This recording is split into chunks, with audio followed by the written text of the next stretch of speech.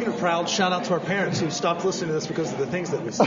That's one of, I want to ask you, Miss Marla, about this. Here we are in Colorado. Wine is the bagged scene is obviously taking over with shitty sugar-based wine. Y'all have dank wines and now a very smart packaging where for the people on the go, the people that go to the waters and go to the beaches and to the parks, you don't have to lug a glass bottle that's not friendly for dogs or anybody else on barefoot. How'd you come up with the idea, and what's next? What else is in that brain of yours? Well, this has been in the works for almost a year and a half now, and we noticed that there was a big trend in canned wine, and there weren't a lot of choices. There's the can, there's the box, there's bags, but nothing really that's resealable. So number one, people want good quality wine, and two, especially in Colorado, they want to be able to take their wine to places where glass isn't practical or isn't allowed. Smart, by the way. Pack it in, pack it out. Yeah. And it's recyclable. It's recyclable. It's green. Recyclable. It's green. In fact, on our bottles it says #LeaveNoTrace. So when you start with the premise of a can, as Chad mentioned, we're, fast approaching 30 here, and drinking wine out of a can is just younger by the minute. I will get you buttoning here on this podcast. If you listen, you get younger too. Yeah. It's something, I personally wouldn't do, and I always promised our winemaker that I would never put our wine, and maybe call me a little bit of a wine snob, I'd never put our quality wine in a can. Well, was it because we're playing with aluminum now? Was it an aluminum thing, or was it just the connotation that comes with once? Connotation, and just if you're traditional, you don't even want a screw top, right? So when I started thinking about a vessel that would match what I believe to be the quality of our wine, it still had to be in the shape of a wine bottle, but in aluminum. And so I started racking my brain trying to find a shape that, you think, it's got to be out there, right? It's a wine bottle shaped like aluminum. It wasn't out there. I kept looking in the wine aisles, magazines, whatnot. So I was at Argonaut, and I, by accident, stumbled into the beer cooler. The Budweiser bottles? The Budweiser and it looks like a the Budweiser Michelob Ultra bottles. And I'm like, this kind of looks like a wine bottle. Why can't we just kind of round the shoulders, and they had the right screw cap, everything. Why can't we just do that? So I began calling around, researching. It took me about 6 months to find companies that actually had the shape, but they wanted a minimum of like 10 million units. I'm like, well, we're Thursday nights. Yeah, we're not Gallo here, so that's not going to work. So then I looked to China, and I actually found shout out to our friends in China. Yeah, China shit. It's unbelievable. $4 for a T-shirt. There you go. So the shape existed, and anyhow, it's just been in the works. We actually, once we got the original prototype from China, we weren't happy with the quality of the bottle so much, and the not T-shirts. Exactly, the integrity of the lining, which when you're talking about aluminum and wine, or aluminum in any beverage, the lining is the single most factor in protecting the product inside. So we were lucky enough to get some commitments for some big players who saw the prototype, so that we could source locally, not in the millions, but still a little bit bigger than our initial intent. Hence the COTTLE. The big point about this, though, is resealable, number one. So, this is a single serving. Which I think is big. It's hot as Dickens out here, so if that's in your cooler, can I grab another glass of what, the Noir? Yeah, but Sonoma. like that rosé pops, like when it's cold, it just like really, you throw that thing and it doesn't, you don't have to worry about it being compromised in any form or fashion, like you would like with the baby black boxes, the cardboard and stuff. Right. That thing can get punctured in a heartbeat, and it doesn't really go well if you're going camping. Like, you can play, this is durable. It's made for someone that wants to enjoy their wine, maybe camping or being just outside. Right. And a can's gonna spill out too. So after you open it, you can't put it back. Well, you can't put it back in the cooler after you open it, because it's open, right? Whereas this cap, you put it back on, and then it's sealed back in the cooler. So. They are ahead of the game. They are. And again, it's that it's looking at it from that other. Y'all twist the picture and look at it not from a restaurateur or a sommelier, which I do want to know how neither of y'all are like, fuck it, I'll go do the classes, I'll start becoming a sommelier. Y'all just like, we'll do it this way. Well, and it seemed to shine. Yeah, so I'm well on my way to becoming the winemaker certification process from UC Davis. And just like every other college, they teach you all the theoretical aspects of creating good wine, but none of the pragmatic stuff, right? So we're learning as we go along. And we got solving for why when you never actually have to find why in the real life. Exactly. Oh, yeah, really, that's cool. But the thing I don't want to lose sight of, with the COTTLE program is the fact that it is green. A lot of people don't know that when you pick a bottle off the store shelf, $2.50 of that bottle is the packaging that surrounds it. And it all ends up in the landfill at the end of the day, never to be reused again. Aluminum, you remelt it, goes back into a bottle again. So it's green. You can make a pipe out of it. Absolutely. You can use it for so many different activities. That's shot. So I see on the side of this bottle that y'all actually have partnered with an animal foundation. So let's talk about, we are big animal people, except for our neighbor downstairs. Her dog sucks, and it's the worst animal. If you're listening to this, Vicky, fucking hate your dog. But we love all dogs. But we do love all dogs, and I want to talk about the Morse Foundation. And fun fact, I worked for the Morse Animal Foundation for like a year. Did you really? I did. This is going to be awkward. They were actually here today just doing an offsite. Oh, yeah. Yeah. Carol Borchette. So you guys are Golden Retriever lifetime study. Yeah, we're in the study. So Bigsby was our first Golden Retriever. We lost him to cancer when he was 8. We lost our second Golden, Roscoe, at 9 to cancer.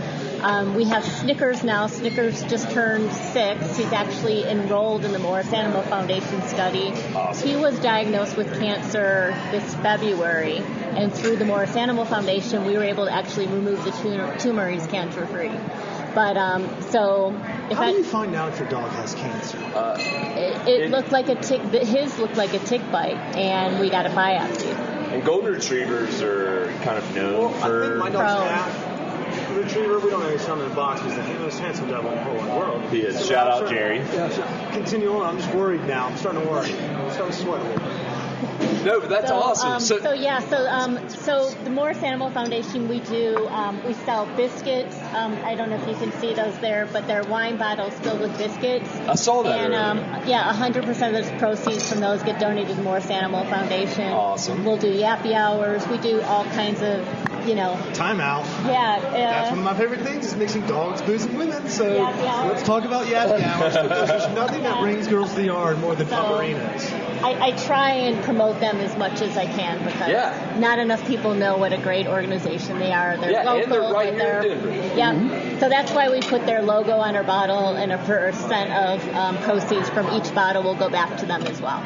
Because we need to stop cancer. If you need any more reason to get him drunk and support a good cause, stop gorgeous puppy dog cancer. Yeah, and that's even a date play, being like, hey, I know this great spot where we can support animals when we go there, and we can drink booze. Fish in a barrel. I don't know if y'all use Tinder. I mean, I know y'all are young like us, so y'all may have been in the Tinder game at one point, but great location down here. When y'all said biscuits, y'all meant dog biscuits, not kit biscuits, right? You can eat them, though. They're sojo, so they're human quality. If you want to break one open, they're peanut butter. Not even human quality. We've been through rough times before. We can always. Exactly. I eat Popeyes, Burger King, and the occasional Subway, so I'm pretty sure that'd be a step up for you. This may be higher grade meat or snacks than what I usually eat. They're pretty tasty. I've tried them myself. Oh, well, shout out. All right, so you can come down here, come support a good cause. Now, y'all aren't out of the woods. Obviously, we've talked a fair amount about Bigsby Folly and things of that nature, but before y'all leave, we want to ask y'all been here for fucking ever. They claim to be natives, so they have to know hot spots. All right, Chris was vicious last week on this. Yeah. We called out our guest and everything. Shout out to Chef for Death host Eric. That was hysterical. But so we want to know some of y'all's. Let's pretend like y'all did get the rare day off because we know y'all and I were grinding hard, slinging booze. We want to know some of y'all's favorite stops in town. So we just have these regular cues. Chris, I'll let you have it. I've been talking a lot. All right, yeah. So we're in summertime. It's hot outside. you don't have to work, you have nothing to do. Kind of those days when we you never were have unemployed anything. or you got fired. So it has to be a holiday, right? Yeah. So where you going? I know, I like that. Where you going for happy hour? We love Il Posto, which is right around the corner from here. Andrea, he makes just some mean pasta. Okay, what are we having at a happy hour? Oh, they have man. an octopus carpaccio over there know, that it just fucks. It's so delicious. I love it dearly. Carpaccios, burratas, but great Italian wines, which is, we don't have a lot of here. So he always surprises us with, some really neat picks. At happy hour, are you going straight for wine, or are you going to have like an Italian spritz, like a little Aperol spritz, or maybe Negroni to start things off? I'm having a French 75. Ooh, look at this French man. 75. French 75. I like it. You mentioned it was summertime, so Il Posto's y'all's nice little happy hour, casual drinking spot. Where's the patio? Is there a patio in the neighborhood? Do y'all call RiNo home as well, or the 5 Points area, or do y'all live in another neighborhood that commute in there? We're in Wash Park. Okay, so y'all are far. So Sushi Den is usually a weekly stop for us. Okay. That's not a bad place to go. And then if they open the rooftop next door, then you can go hang out there. If Catch some rays. Yep. It's so damn hot. I would be so pissed off if they did that right now. I'd be like, dude, it's like 80 degrees outside. That's at nighttime. Sorry. Yeah. Okay, so we've done patio party. We've done happy hours. Date night. Ooh. Let's say you're courting. Where are we going? 20 years, no courting left. Wrong answer. You better, the next one better be really nice now. You're fucked. Exactly. Make good coming down the pike. So for us, right, there's so many new places that are innovative opening up. When we have a date night, which isn't often, we'd like to try someplace new. Last date night, where did we go? Where did we go? Oh, we stopped by Tavernetta, I think was one of the new ones. Solid. Is that Ian Wortham's spot over down there, right behind Union Station, the 8 train? We love those guys, Frosca. Do you know we had Bobby Stuckey on. Did you? Okay. Yeah. Do you know their sommelier Audrey Frick? She's also a friend of the program. Okay. She's a wizard with the wines, as we like to call it. She does a Saturday morning class for anyone that's trying to kind of. We like drinking in the morning. Ditto. Yeah. Red wine with a little bit of like club soda in it. Maybe a orange wedge and call it breakfast. I Get the vitamins. Start with friend of the program. That seems like a low bar to cross or hurdle. Wait, say what? Sorry. Friend of the program. How do you have to cross that hurdle? Yeah. Like so you guys have some slut. Yeah, right. I hate more people than I like. Right. Like you're not a friend of the program just yet. Marla's in.